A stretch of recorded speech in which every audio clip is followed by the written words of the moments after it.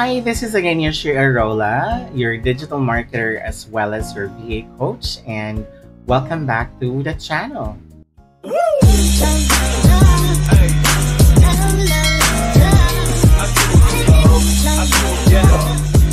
So right now, what we will be doing is we will be discussing keyword match types and targeting options, and I'll give you a complete guide on how to identify which is which. Plus, ano nga ba yung negative list, paano mag-create ng negative keyword list, etc. As well as kung paano wag makikita ng competitor mo yung mga ads mo. Or for example, if they search for your competitor at hindi ka lalabas. Ipapakita natin yan one by one. But again, if you like this type of content, let me know so that I can create more content about our Google Ads campaigns. So yeah, without further ado, let's start. So ano nga ba talaga yung sinasabi nilang match types or yung keyword match types?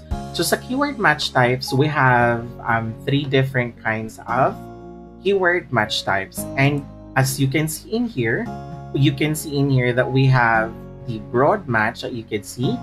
Pag clinic po natin yung broad match, magkakaroon po siya ng sinasabi natin phrase match and exact match. So ano ba yung pagkakaiba-iba ng tatlo at paano niya ba naaapektuhan ang iyong campaign? Okay, so as you can see in here, yung broad match po, broad match shows ads for searches related to your keyword, including synonyms, related searches, and other relevant variations. So technically po, kahit ano pwede niyang ipakita. So for example, you're a kitchen renovation. So let's open another Google here. So kunwari gusto ko ng kitchen renovation Florida. So pag ganyan po, pag broad match po kasi, lahat ng klase ng renovation lalabas. Merong custom kitchen, may luxury kitchen, may Sarasota kitchen, may expert kitchen. So pag sinabi po kasing broad match, ano po siya? Synonyms niya related dun sa search. Kahit nga lalabas yun, painting kitchen, baka lumabas din po sa searches kasi nga may word na kitchen doon and pwede siyang lumabas. So yun po yung purpose ng broad match. So technically, best po yung broad match kung nagka-create ka ng, let's say, discovery campaign at gusto mo ka talaga maka-reach ng maximum audience. However, for a new campaign, I don't suggest for you to create or use broad match. Kasi po, parang ganito lang po yan. Parang meron kang bahay, tapos binuksan mo lahat ng pintuan. So lahat po ng tao papasok sa bahay mo without you really knowing sino ba talaga dun yung may kailangan makakita ng kitchen mo para bumili. Kasi po, broad po siya. Yun po yung pagkakaiba nila. Now, ano naman po ba yung phrase match? Yung phrase match is basically match search na nagko-contain siya ng meaning yung keyword phrase. So, for example, nag-search ka ng running shoes. Let's say, running shoes. Pag nag-search ka po ng running shoes, lalabas po dito yung mga shoes na word na running shoes. Pero meron ditong best running shoes. So, hindi ka naman po nag-search ng best running shoes. Meron ditong lumabas na men running shoes. So, for example, yung phrase match po, gagamitin niya yung phrase mo, tas may dadaglag lang siyang isa or dalawa para po makuha yung searches ng customer. Pero, dandun pa rin po siya sa search. Unlike yung broad match, pag nilagay ko po dito broad match na running shoes, baka nakalagay dito, running shoes buy one take one for in the Philippines. So parang ang haba-haba na niya. Baka nga bigyan ka pa ng running sleepers kasi nga broad match siya. Pero sa phrase match, it would only be shoes for running kasi yun nilagay mo. Ngayon, it would just gonna get you variation of for women or for men kasi yun po yung parang karugtong na lang niya. So maganda po to kung gusto mong mas maging targeted But at the same time, nag-aalaw ka pa rin ng konting flexibility. Kasi we're targeting this keyword, running shoes, pero we're still getting best running shoes kasi it's all about running shoes pa rin. So, again, maganda po siya kung gusto mong maging targeted, pero at least may flexibility. Now, ano naman po yung exact match? So, exact match is actually a search type ng keyword kung saan kung ano nang yung hinanap mo, yun lang. So, pag pinindot ko tong exact match dito, what will happen is, magkakaroon siya dito ng phrase, I'm not sure what's called, so parang colon or something. Meaning, pag may nag-search ng kitchen remodeling in Florida, hindi po ako lalabas kahit taga-Florida ako. Kasi I only wanted to show when someone search for kitchen remodeling. Of course, Florida kasi naka-targeted ka. Pero dapat wala po siya dito sa search term. Kasi ang tawag po dito is search term or keywords. So, pag pinindot ko to, hindi po lalabas yun kasi nga may Florida. Pero pag pinindot ko lang kitchen renovation, tapos yung kitchen renovation ko is naka-exact match, for example, then lalabas po tong campaign ko. So, ano yung purpose? Bakit? Masyado na maarte yung exact match. Yung exact match po kasi, siya yung type ng keywords na napaka-restricted niya kasi precise yung targeting. Meaning, may maximum control ka kung sino lang makakakita ng ads mo, kung sino lang pipindot ng ads mo. At the same time, pinoprotect na rin yung branded terms mo. So, kung may term ka, let's say Nike, lagay mo dyan talaga Nike para yun lang lalabas. Maganda po to kasi super high converting yung mga ganitong keywords. Bakit? Kasi hinanap ka po talaga nila, so magko-convert talaga yun. Pero, ang pinaka-problema lang is exact match has the lowest reach. Bakit? Kasi hindi po niya ipapakita yung mga campaign mo sa iba kung hindi po exact yung words. Knowing us, pag ako nagtatanong sa Google before AI, I would put how to be a virtual assistant in the Philippines in 2025. Yung ganong kahaba. Wala naman mag-exact match ng ganong kahaba, guys. Okay? So, maganda yon sa broad match kasi basta may one word doon or anything, mag-work na siya. So, yun yung difference. Ngayon, paano po kung bago yung campaign ko? Ano po ba yung pinakamagandang gawin? Ang pinakamagandang gawin kapag bago yung campaign mo is start first with exact match and phrase match. Yung dalawang tungko. Yun na. Bakit? Kasi po, pag naggawa ka ng campaign, kailangan po muna ng data. Kailangan mo po muna ng conversion. Meaning, kung gumawa ako ng kitchen renovation na exact match, lalabas din yung kitchen renovation Florida. Pero, related pa rin po siya sa campaign ko. Ngayon, mag-aantay ako, let's say for example, magkaroon ako ng 30 to 40 conversion. Pag okay na siya, pag natatrack ko siya ng mabuti, tapos, alam na ni Google na itong campaign na to is for the specific type lang, then you can do broad match na po. Bakit? Kasi parang McDonald's po yan.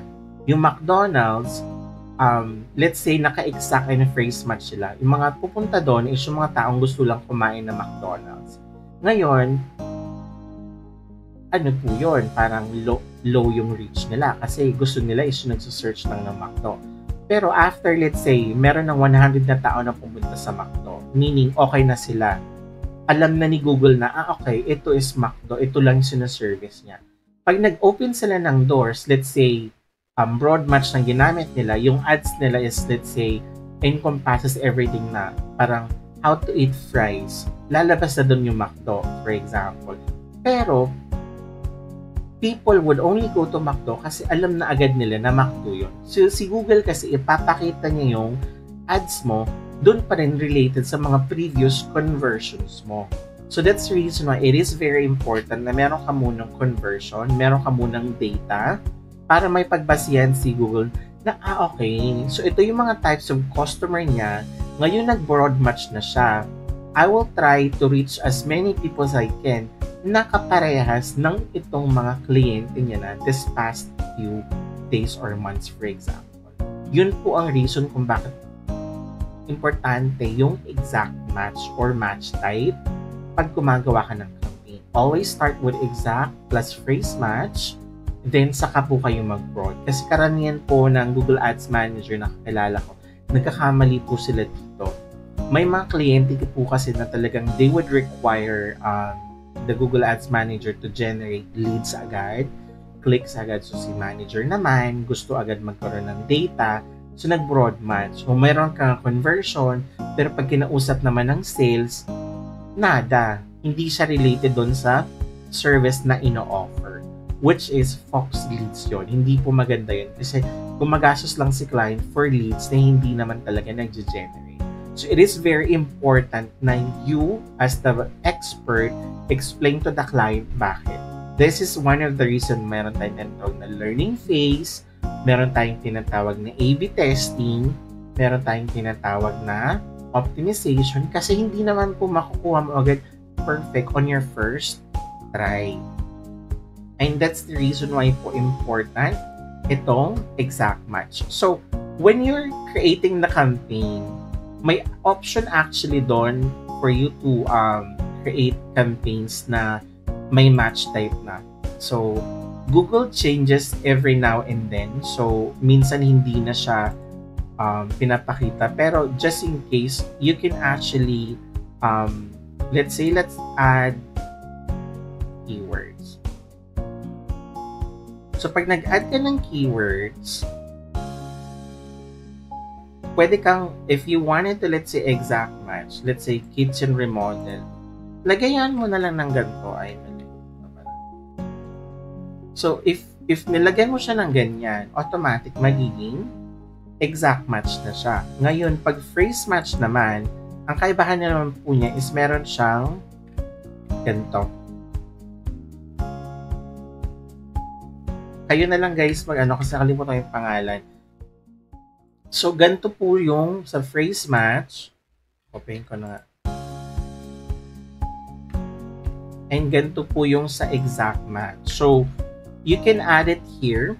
And this is one of the reasons why I said before na important yung keyword research para malaman mo kung ano yung mga types of keywords, if it's gonna be exact match that you wanted to use, etc. Then, add mo lang siya. Pag na-save mo siya, ma-add na po yan dito. If, nandito na siya, and ito, phrase match. So, automatic, pag nag-add ka, this is considered as optimization na rin. So, that's why before you optimize, make sure muna na alam mo na yung gagawin mo kasi you have to do it in one go. Kasi, nagganto ka, tapos after 30 minutes or after 3 hours, nag-update ka ulit. Then, masisira yung algorithm ng learning phase. So, you have to make sure na you do it in one go. Yun po yung differences ng match types. And just like I promised, ano naman po ba yung negative keywords? So, negative keywords, I mentioned sa last campaign ko is para hindi ka makita sa mga campaigns na may mga free, may mga DIY. Pero paano po ba yun? Ang dami-dami po nila. Meron po akong, let's say, 40. So, guys, meron dito ang tinatawag na ito, negative keyword list. So, pwede kang mag-create ng list ng negative keywords. Okay? Dito kasi wala tayong list. So, give me a second. Let me create the list for you. So, punta ka muna dito, guys, sa campaigns. Okay? Campaigns. Tapos, pag nandito ka lang sa campaign, pindutin mo to. Itong, pindutin mo muna yung campaign. Tapos, pwede kang pumindot dito ng listahan. Give me a second. So, from here, guys, punta ka ng campaigns. Diba, pindutin mo yung campaign natin kanina, yung search traffic. Tapos, pupunta tayo sa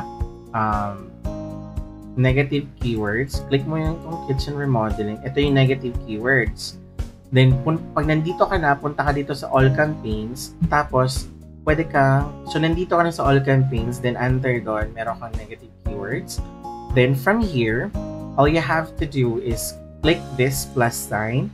Then may option dito, add a negative keywords or create a list or use negative keyword list pag meron ka na. So, eto, pag nag-create ka kasi ng list, mangyayari is free. Ayun. Labor. Mga ano lang, sample lang to. So, for example, ito na siya. Pwede mo siyang gawin as list. So, i-create mo siya. Select muna tayo ng campaign. Save mo siya. Tapos, nandito na siya ulit, guys. So, nasa, if you notice, nandito na siya sa keyword list. So, there's a better way for you to create a negative keyword list. Ang pinakamabilis is basically, we have to go to our library dito sa tools. Under shared library. Okay. And from here, you have to click on the exclusion list. Then from here, you'd notice meron na dito. So, meron ka ditong list. Click mo tong plus, then let's say remodeling. Or let's say negative lang. Negative. Tapos, free DIY. So, yung listahan na to, guys, you can apply this to any campaign. So, save muna natin siya. So, nandito na siya. Ngayon, pag pumunta ulit tayo doon sa campaigns, tapos, clinic natin, let's say, itong my North Star. Ito na lang kunwari. Tapos, di ba, ito yung ad. Punta ka sa cleaning, di ba may keyword siya. So, sa keyword, nandito siya. Ngayon, gusto kong i-add dito yung list. All you have to do is click this. Tapos, meron na ditong listahan. So, mag-a-add ako, let's say, ng free labor. Tapos, ilagay ko dito, use negative keyword list. Ngayon, pag pinindot ko tong use negative keyword list, and clinic mo to, and save, ayan na siya. Ito, free DIY. Nandito na siya ma-add. Kasi inad ko yung listahan dito kay another campaign. Kasi pag may listahan ka, guys, you can add it campaign level, meaning sa lahat ng ad groups under that campaign, kung anong nasa listahan mo, automatic ma-apply siya, or pwedeng ad group. Very important to kasi I have a customer before na nagpapakreate siya ng campaign, let's say 5 campaigns in let's say 2 weeks. So, ano siya, meron kaming let's say nasa 40 list ng negative. Hindi kasi maganda or cost effective yung i-add mo siya one at a time. So, ang maganda is gumawa kayo ng list, then the moment na mag-create kami ng campaign under negative keywords, ang gagawin na lang namin is pipindutin na lang namin tong use negative keyword list. Tapos pag clinic ko to, automatic ma-add to sa campaign. If you notice, add na siya sa campaign. Now, if ayaw mo siyang gamitin sa campaign, gusto mo lang siyang sa ad group, pwede naman. Pupunta ka lang sa specific ad groups mo, kunwari ganito, nasa ad group ka na, then add mo lang siya. So, ganun lang yung pag-add ng negative keyword list. Actually, one of the interviews I had during the first time na nag-Google Ads is a question about how do you use your negative keyword list, etc. So, importante yun kasi pag hindi mo siya alam, they would feel na parang what you will do will be time consuming. So, importante yung guys na at least kahit paano alam niyo yung sa negative keywords. Another thing, may tinatawag tayong negative broad match, negative phrase match, and negative exact match. So technically, it's the same formula on our keyword match type. Ang ano lang dito is, pag naglagay kayo ng negative, let's say, exact match na free, lahat ng may word na free, hindi talaga siya lalabas. Or pag exact match na, let's say, running shoes, lahat ng running shoes na may kasamang running shoes for men, hindi siya lalabas kasi nasa phrase match siya. So, you have to be careful about your negative keywords kasi ayaw mo namang hindi makuha yung mga bagay-bagay or mga audience na dapat magkiklik sa business mo. So, yun yung negative keywords list natin. So, another thing is, if you would notice, is meron tayo ditong URL inclusion and exclusion. Para saan ba yung URL exclusion or inclusion?